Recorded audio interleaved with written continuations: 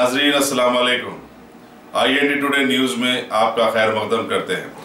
आइए देखते हैं ये तफसीलात। असम्बली हल्के आगुदपुरे के रैनबाजार डिवीजन में कांग्रेस आई के कायदीन मोहम्मद मजहर और मोहम्मद आमिर ने अपने सैकड़ों हामियों के साथ मजलिस में शमूलियत अख्तियार कर ली। मजलिस उम्मीदवार अहमद पाशा खादरी, यूथ लीडर यासर रफात, मोहम्मद अली ममशाद पाशा, वजाहत अली खान साबिर कारपोरेटर और मजलिस कारकुनों की बड़ी तादाद इस मौके पर मौजूद थी।